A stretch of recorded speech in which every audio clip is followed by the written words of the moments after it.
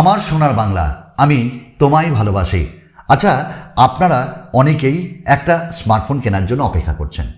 আমি জানি অনেক রকমের হাতছানি। আজকে একটা স্পেসিফিক স্মার্টফোনের ব্যাপারে আপনাদের সঙ্গে কথা বলবো। সস্তা, কিন্তু সস্তার কি দুরবস্থা না ভালো অবস্থা? পোকোর পক্ষ থেকে একটি স্মার্টফোন আসছে, Poco M4 Pro 5G। Specs বলুন বা প্রাইস বলুন বা লঞ্চ ডেট, সব কিছু এই ভিডিওতে আপনাদের সঙ্গে শেয়ার করব। আমি সুমন, কেমন আছেন আপনারা? আশা করি আপনারা প্রত্যেকে ভালো আছেন। কষ্টের টাকা কষ্ট করে ইনকাম করতে হয়, আর সেটা খরচ করার সময় একটু বুদ্ধি খাটিয়ে খরচ করতে হয়। আমরা হট করে কোনো একটা প্রোমো দেখে বা কোনো একটা রিভিউ দেখে, ভিডিও দেখে একটা স্মার্টফোন কিনে নিই। আমার মতে সেটা করা বোধহয় উচিত না। কারণ আপনি যখন একটা স্মার্টফোন ব্যবহার করবেন, সেটা নিয়ার অ্যাবাউট 1.5 থেকে 2 বছর, তাহলে একটা ভালো স্মার্টফোন ভালো টেকনোলজি দিয়ে নেওয়া উচিত নয়? পোকো তাদের Poco M4 Pro 5G launch করছে আগামী 15 তারিখ, মানে এই মাসের 15ই ফেব্রুয়ারি। এবং অবশ্যই বাংলাদেশে এটা অফিসিয়ালি যাবে, যার দাম পড়বে নিয়ার অ্যাবাউট, কত বলে দেবো একটু পরে বলবো। এবং এই স্মার্টফোনটা কেনার আগে গ্যাজেটস বাংলা থেকে সুমন বলে, আপনারা যদি সাবস্ক্রাইব না করে থাকেন করতে পারেন। পরিবারকে বড় করার দায়িত্ব আপনার, কন্টেন্ট ভালো দেওয়ার দায়িত্ব আমার। শুধু তাই না, যদি কোথাও ভালো লেগে থাকে, 1000 লাইক টার্গেট রাখলাম এই ভিডিওটির, কি করে দেবেন তো? আর কমেন্টস করতে ভুলবেন না। আর আমাদের এই ভিডিওর ডেসক্রিপশনে একটা ছোট্ট লিঙ্ক আছে, ওই লিঙ্কে গিয়ে আপনাদের পরিবার ফেসবুক গ্রুপ, তাতে জয়েন হয়ে যান। তো যাই হোক, তো আমাদের যে পোকো M4 Pro 5G, ওই স্মার্টফোনটা দেখতে কিন্তু হেভি লাগছে। এবং যার টিজার চলে এসছে আমাদের ফ্লিপকার্টে 15 তারিখ লঞ্চ হচ্ছে, তার কিছুদিন পরে এটা বিক্রি হবে। তবে ডিজাইনটা যদি আপনি দেখেন অসাধারণ লাগবে। তবে হ্যাঁ, পোকোর লোগোর যে কালার, সেই কালার কিন্তু এই স্মার্টফোনটাই থাকছে। Obviously it's made of plastic বা পলিকার্বনেট থাকছে এখানে, এবং একটা ইউনিবডি ডিজাইন। পোকোর লোগো, ক্যামেরা এত বড়, ওই সাইবার পাঙ্ক টাইপের। তো এই যে ডিজাইনটা তো ভালো লেগেছে, যেখানে 2টো ক্যামেরা থাকছে, ফ্ল্যাশ লাইট থাকছে। তবে পোকো এবার কিন্তু আমাদের একটু অবাক করে দিল। পোকোর ফোনে প্রথমবার আয়ার ব্লাস্টার, ওই স্মার্টফোনটা তো এখানে কপি করেছে, ওটা বোধহয় উঠাতে ভুলে গেছে। আমি কথা বলছি রেডমি নোট 11T। এই স্মার্টফোনটারই কপি হলো পোকো M4 Pro 5G। ডিজাইনে তারা চেঞ্জ করেছে, নাহলে কপিরাইট ক্লেম খেয়ে যাবে যে। তো আরেকটা জিনিস এখানটায়, এই স্মার্টফোনটি যদি ডিসপ্লে নিয়ে কথা বলি, 6.6 ইঞ্চেসের একটা পাঞ্চ হোল দিয়ে 90 হার্টজের রিফ্রেশ রেট এবং IPS LCD। এখানে মনে খচাক করে লাগলো, আপনার লেগেছে? ব্যথা শুনলাম না এখনো। আর এই স্মার্টফোনটাতে থাকবে কর্নিং গরিলা গ্লাস 3 এর protection, but obviously white vine L1 HDR10 এবং ফুল HD+ ডিসপ্লে। ওটা বলতে হয় না, ফুল HD+ থাকেই। এবং এই স্মার্টফোনটাতে আমরা সাইডে ফিঙ্গারপ্রিন্ট স্ক্যানার পাবো এবং হাইব্রিড সিম স্লটের সঙ্গে আসবে। একটা বাজেটের ফোনে হাইব্রিড সিম স্লট, এটা বোধহয় উচিত ছিল না। 5G ফোন তো, এটা একটা 5G স্মার্টফোন। এবং এই স্মার্টফোনটাতে আমরা UFS 2.2 স্টোরেজ টাইপ এবং LPDDR4X RAM টাইপ পাবো। That's very great. এবং এই স্মার্টফোনটাতে আমরা প্রসেসর হিসেবে পাবো MEDIATEK Dimensity 810।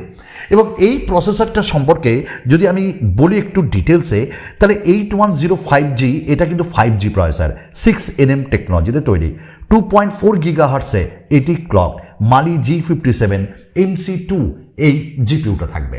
গেমিং পারফরমেন্স ভালো হবে, পারফরমেন্স ভালো, প্রসেসর ভালো, but it's not as like as 9 series. এবং এই স্মার্টফোনটার যদি আমি ক্যামেরা নিয়ে বলি, তাহলে এখানটাই আমরা পাবো 50 মেগাপিক্সেলের একটা প্রাইমারি সেন্সার আর 8 মেগাপিক্সেলের একটা আল্ট্রা ওয়াইড। যাক ভালো বাবা, ওই 2 করে ম্যাক্রো ডেপ, ওই খেলনা জিনিস এখানে দেয়নি। আর অবভিয়াসলি 16 মেগাপিক্সেলের সেলফি ক্যামেরা। আমরা এখানে 4K ভিডিও রেকর্ডিং কিন্তু করতে পারবো না, এই জায়গাটাই কেস খাইয়ে দিল। এবং এই স্মার্টফোনটা বিভিন্ন ভ্যারিয়েন্টে আসবে, 4GB 64GB 6GB 8GB 128GB এইরকম ভ্যারিয়েন্টে থাকবে। এবং স্মার্টফোনটির যদি আমি ব্যাটারি নিয়ে কথা বলি, তাহলে এই স্মার্টফোনটাতে আমরা নিয়ার অ্যাবাউট 5000 mAh ব্যাটারি পাবো এবং ফাস্ট চার্জার হিসেবে আমরা 33 ওয়াটের ফাস্ট চার্জার পাবো। এবং ডুয়াল স্পিকার থাকছে এখানটায়, 3.5 জ্যাক থাকছে। That's it. এটা হলো পোকোর M4 Pro 5G, যেটা copycat of Redmi note 11T 5G। Poco তুমি যদি কাজ করতে চাও তাহলে নতুন ধরনের একটা স্পেক্স দিয়ে একটা ভালো স্মার্টফোন আনার চেষ্টা করো। যারা রেডমি নোট 11টি কিনে নিয়েছে তাদের কাছে এর কোনো ভ্যালু নাই, আর যারা কিনে নি, কেন কিনে নি তার রিজন আছে, সে আর এটা কিনবে না একটা ব্র্যান্ডের জন্য। বা তবে MIUI 12 এবং এখানে পোকো লঞ্চারের জায়গায় এটাই থাকবে। আর হ্যাঁ, আরেকটা কথা বলে দিই, এবার তো আপনারা বলবেন দাম কীরকম। দেখুন, এই স্মার্টফোনটা যদি রেডমি নোট 11T দেখি তাহলে 17,000 মতন দাম, তবে বেস ভেরিয়েন্টের। তবে এইটা তো আর ওই দামে চলবে না বস, তোমার কস্ট কিছুই লাগেনি, শুধু ডিজাইনের জন্য।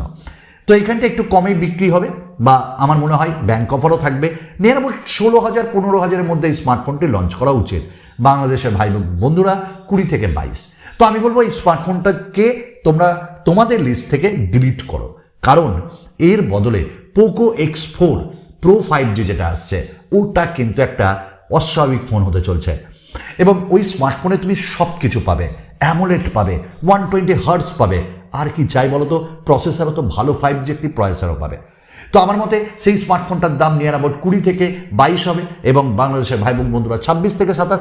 তো 4-5 হাজার টাকা যাদের ম্যাটার করে না এবং 2 বছরের জন্য চালাতে চাও, তাদের জন্য পোকো X4 Pro এই মুহূর্তে আমি রেকমেন্ড করতে পারি। আদারওয়াইজ রিয়েলমিরও অনেক স্মার্টফোন আসছে। তো এই ছিল আজকে আমাদের ঝুলিতে। তো পোকো M4 Pro 5Gর আমার কিছু কিছু জায়গায় খারাপ লেগেছে, কারণ কপি করাটা আমার মনে হয় ঠিক না। আর যদি কপি করছি, রিব্র্যান্ড করছি, তাহলে ইউনিক কিছু দেব, ইউনিক কিছু আমরা পাচ্ছি না, জাস্ট ডিজাইন ছাড়া। আপনারা এবার বলবেন আপনাদের কেমন লাগলো পোকোর এই স্মার্টফোনটা। পোকো তাদের যাত্রা শুরু করলো এই ফোনটা দিয়ে 2022 সালে। তা রিব্র্যান্ড বা কপি করে কি যাত্রা শুরু করাটা ঠিক হলো, না একটু অন্যরকম কিছু করতে হতো? চলুন আরও একটা নতুন ভিডিওতে আপনাদের সঙ্গে খুব তাড়াতাড়ি দেখা করব। ভালো থাকুন, সুস্থ থাকুন, আর সবাই বলুন আমার সোনার বাংলা, আমি তোমায় ভালোবাসি। বিদায় বন্ধু।